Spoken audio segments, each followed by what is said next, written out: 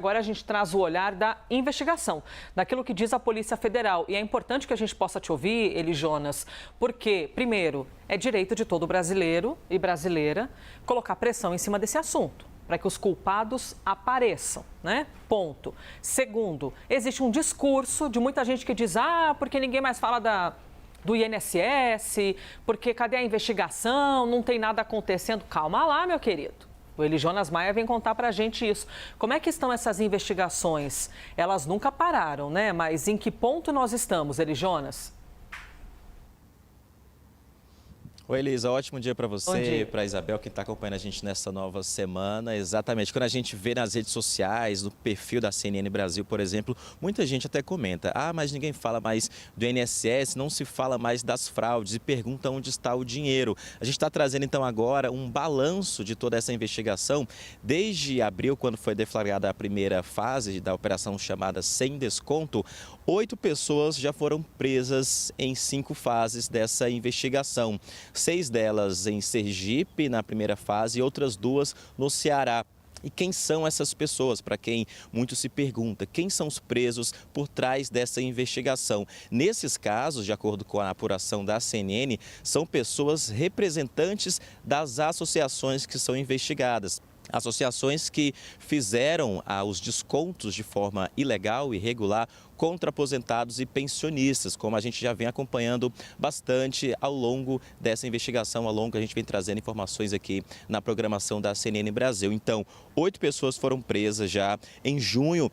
Foram as outras 2, as últimas pessoas que foram presas em Sergipe. E aí, a partir disso, vem uma segunda parte da investigação que a gente traz também, que é a perícia, fundamental nesse caso, de acordo com a Polícia Federal, para caracterizar as fraudes. Por que disso? Porque a gente já trouxe aqui também que as associações que são investigadas, ao menos 12 delas já foram identificadas pela CGU, pela PF e pela INSS, que usaram áudios falsos para supostamente comprovar que os aposentados e pensionistas estavam dando a anuência e a concordância para os seus descontos serem retirados do contra-cheque. Então, agora a perícia faz a análise dos áudios e também na documentação que foi apreendida em toda essa operação de todas as 5 fases para atestar se houve assinatura fraudulenta ou não e como que esses áudios foram colocados ali na boca, digamos assim, da pessoa, aposentado, porque há alguns áudios, Elisa,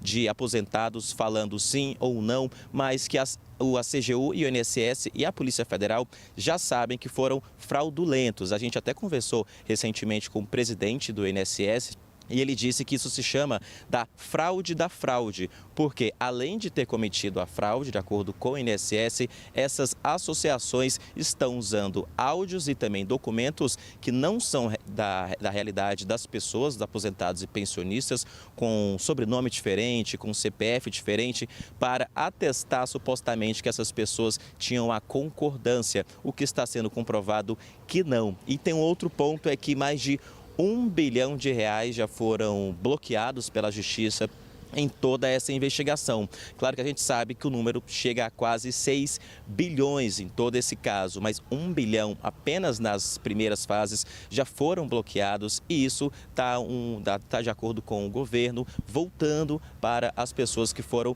lesadas. Nesse momento também, já para arrematar, mais de 4 milhões de brasileiros aposentados e pensionistas já foram caracterizados ali como pessoas que foram lesadas em toda essa fraude dentro do INSS. E a gente então reforça a investigação. A gente pode até não estar falando todos os dias como antes, mas está avançando, principalmente nesse caso da perícia, para atestar e ter a prova cabal, digamos assim, para um bom português entender, é que a prova cabal para atestar se houve fraude, quando, quem fez e como que foi feita essa fraude. Claro, a gente vai atualizando e trazendo sempre para quem está acompanhando a gente aqui no Live CNN. Elisa?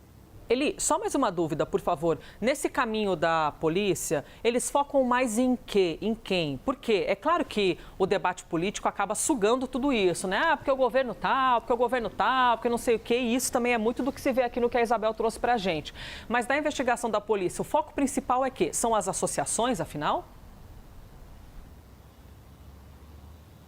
Elisa, o foco começou com as associações, né? Mais de 12 já foram identificadas, mas uma investigação puxa outra, um documento puxa outro, e aí após isso chegaram-se então aos representantes e empresários ligados às associações, que foram as pessoas que foram presas. Mas além disso, de acordo com a Polícia Federal e o próprio INSS, também há investigações e processos internos dentro do INSS de servidores do INSS. Mais de 10 processos, pelo menos de acordo com o INSS, já foram abertos para investigar a participação de alguns servidores públicos. Por que disso?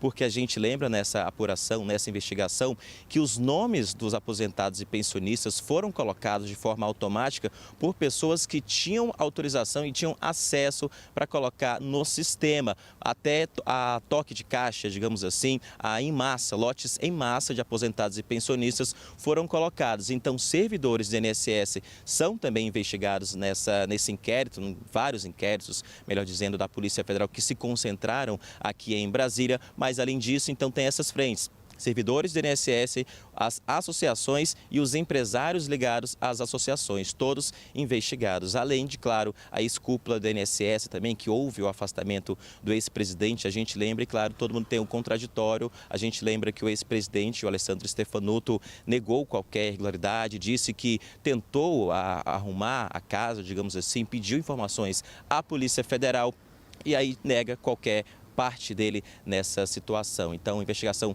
que vai continuar e esse foco agora tem essas três frentes: servidores, associações e empresários ligados às associações. Elisa.